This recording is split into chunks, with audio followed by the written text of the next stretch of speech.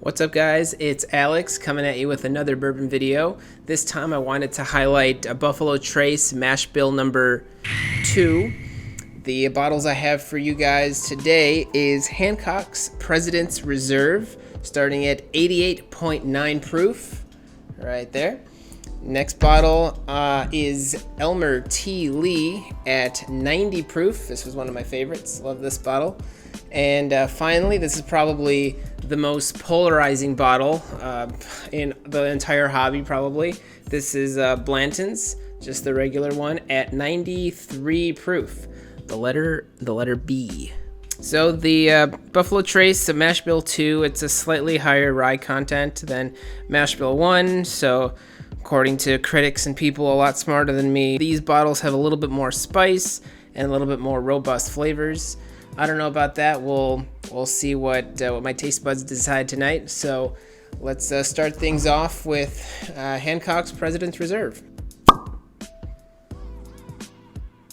Okay, so right away, I think it actually smells pretty good. It does remind me of how I would think a Blanton's smells. I'm getting like green Granny Smith apples. I'm getting like a little bit of caramel, so almost like a taffy apple minus the nuts. Yeah, I'm getting green apple. I'm not really getting ethanol, astringency. It's pretty light, but it's very sweet. I do get more spice here than I do with other Buffalo Trace products. So I did read that recently. That might be a little bit biased. But yeah, it smells like artificial sugar. It smells like a little bit like Nerds. Okay, next, Elmer T. Lee. Okay, so Elmer T. Lee, I'm getting a lot less Granny Smith apple. I'm getting a little bit more in line with the other Buffalo Trace products that I like Eagle Rare and E.H. Taylor, where they have like the more grapiness. This isn't like as sweet. I still get like a little bit of the spice. So the nose is definitely more muted on the Elmer T. Lee compared to the Hancocks. Granted, this bottle's been open for a while, and the Hancock was a fresh cork pop, so take that for what you will. But I think this is a lot more, it smells a lot more balanced. I'm getting like grape starburst, so I'm still getting like more on that candy, kind of like the Nerds that I got here, but it's just a little bit darker of a sweetness flavor. Still artificial candy, but again, I'm not getting green apple, Granny Smith apple, and that is like the main highlight for Hancocks that I'm getting. But yeah, I'm also getting vanilla here. I am getting a little bit of caramel as well, but I think grape candy / vanilla is the highlight for Elmer T. Lee. All right, and the infamous Blantons. Okay, I'm getting sweet oak from this one, which is, I wasn't getting any of that sort here. Wow, yeah, the three actually do smell pretty different. This bottle is the only one where I'm getting the oak from. It smells a little bit more mature than both of the other two. The green apple is normally something that I get from a little bit more youthful products. I'm also getting like caramel candies again, so like Werther's, Cowtails. So I'm getting vanilla here, really nice. And yeah, this bottle smells really good.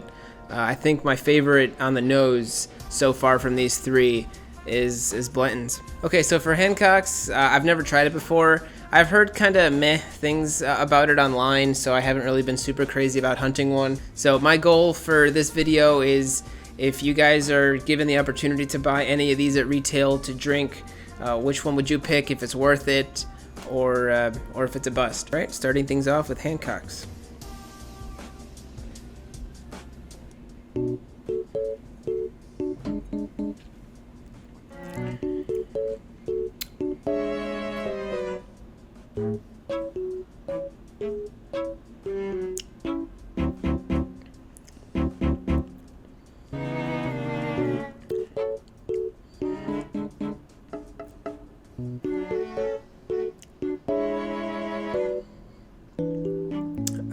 Okay, let's starting off with Hancocks. Speed, marker, and action.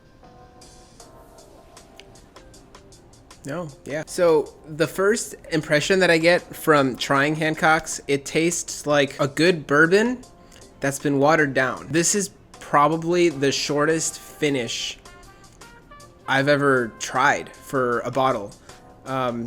So I know that's a bad thing. I mean, it's not the worst thing, because I've definitely had bottles where it hurts going down and it's super astringent. Like, this isn't astringent. I don't get the ethanol. Yeah, the finish is so short. The flavors that I'm able to pull as it's going down, I have to scramble to get whatever notes I can, because it happens so fast. I mean, I guess I get the nice oak notes. I think this would be really good for someone who's just getting into bourbon and wants something that's smooth. This thing, I mean, you're not gonna get a ton of flavor out of it, but at the same time, you're not gonna get that Kentucky hug, that heartburn feeling. You're not gonna get it with this. This is like hydrating for me. So Elmer T. Lee is 1.1 proof more than this. So let's see how this compares. Yeah, it's insane what that 1.1 proof is doing for this thing. Like, this has a much better like texture. I like the flavor a lot more, and the finish is, I still think, short, but short to medium. I'm definitely able to pull more flavors from it, and I'm able to really enjoy it. That's one of the reasons I really like Elmer T. Lee, just because it's something that even in the heat of summer, like, you're able to have a pour of this, and you're able to really enjoy it. You don't really have to prepare yourself or brace yourself. Or this bottle is great for a beginner. It's good for an intermediate. It's good for whoever has this bottle. Like, you're able to appreciate and enjoy it. Obviously, it's not going to go well against like a George T. Stagg or any of the high crazy proofers, but I don't think that's what it's intended for. I'm getting a nice creamy vanilla. I'm not really getting oak. Maybe like a little bit on the back end. That's kind of the flavor that's coming out. It's so unoffensive. Like you're able to get so much flavor from it, and it's just such a pleasant drinking experience that I'm able to excuse the low proof. And yeah, it isn't a crazy long finish for years on end, but I think for what it is, I think it's awesome. Okay, lastly we have Blantons. This is 93 proof, the highest proofer of the three that we're trying today. So I think everyone remembers their first Blanton's bottle that they got. I think it's a pretty timeless bottle to have on your collection. Like, you kind of almost have to have one. I think obviously it looks great. The bottle toppers, I think I have like 5 of them already. I'm just collecting them as I drink them. It's like a great story, great marketing. Another inoffensive bottle. I think they did a lot of stuff right with this bottle. I'm not too crazy about the MSRP. I think it's gone a little too high for what it is. I get a very nice balanced oak taste. I'm not really getting too much else. It tastes very thin. It reminds me, in regards to texture and experience, to the Hancocks. There's more flavor, and it's more balanced. The finish is still, I'd say, on the short end. It's nothing too spectacular. Not much negative to say about it either, but it's really hard for me to pull any memorable tasting notes from this. It's just a nice, safe pour that if someone, again, if you're like a new person getting into whiskey, into bourbon, into collecting, and you wanted like a nice like weekend sipper, like a special occasion, and you're just starting off, I think this is good. It's hard for me to think of another bottle. So I am able to get some of the proof. It lingers. That's kind of helping the finish a little bit more than the Hancocks, but I still think it's a little bit thin. The extra proof isn't really doing much for the extra flavor. So trying Hancocks again, I'm not impressed. I'm actually not really a fan of this. Having tried the other ones, I'm getting a little bit more of a grassy note. I don't really see someone like going out of their way and being impressed by getting this bottle. I don't really understand why this bottle is so limited. I'm not really getting many flavors. It tastes very watered down, and it is honestly the shortest finish on almost any liquor that I've ever had.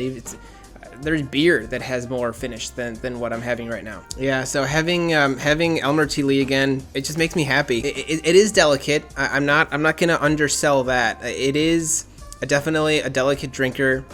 And at 90 proof, I think there are some Eagle Rare store picks that have more flavor, but I just think it's so well balanced. It's just so pleasant to drink. Like, there's nothing negative I can really say about this. And yeah, Blanton's, it isn't bad. I now on the back end, after trying them all, and again, I'm definitely getting the most ethanol from Blanton's, and it tastes like the least balanced in regards to proof versus flavor. It's a little bit astringent on the back end. Blantons, they're all single barrel, so every bottle could be different. Everyone could have different opinions on this, and I might have a dud bottle. I do remember there are some bottles that were amazing, and there were some that were flat out bad. I think this one's okay. Definitely not something I reach for often. So don't get me wrong, I know there's a ton of hype around this bottle. I think Buffalo Trace has done a great job marketing this thing to the everyday whiskey drinker, to the average drinker. So if I ever see someone sprinting at the liquor store to get a bottle, you're not going to get any judgment. You're not going to get any hate from me, because I remember the day that I got my first Blanton's bottle, and I was one of those people that was shuffling around and like running and grabbing my first bottle and posting a picture to my local Facebook group. I know what that's like, and I'm all for it. So I think it's just a part of your journey. This is one of the more introductory level bottles, one of the nice ones, like your first nice score. But if you're not able to snag one, I don't think you're missing much. It's one of those don't meet your heroes kind of bottles, in my opinion. Yeah, so honestly, it wasn't even really that close. Elmer T. Lee just takes the cake on this competition. I don't know what they do to make this so different, even though they're playing with like 4 to 5 proof points. So Elmer T. Lee, the best representation I can give is this reminds me of a vanilla Laffy Taffy. So these vanilla Laffy Taffies, the flavor wasn't super intense, but I remember it just being very subtle, delicate, and it was great. And that about does it. So yeah, and for rankings, I think you could probably already tell last place was Hancock's Reserve. In second place, I put Blanton's. It's just not that memorable. I honestly don't even remember the tasting notes. My favorite was Elmer T. Lee. I freaking love this bottle. Puts a smile on my face. Vanilla Laffy Taffy. A nice solid medium, a short to medium finish. So that was my breakdown, my little review ranking of some of the Buffalo Trace Mashbill 2 bourbons. That's all I got for you guys today. Thanks for stopping by. If you like my content, just feel free to either hit the like button or subscribe or leave a comment or one of those 3 or any of those. I don't whatever you'd like. I'll see you guys in the next video. And in the meantime, salud.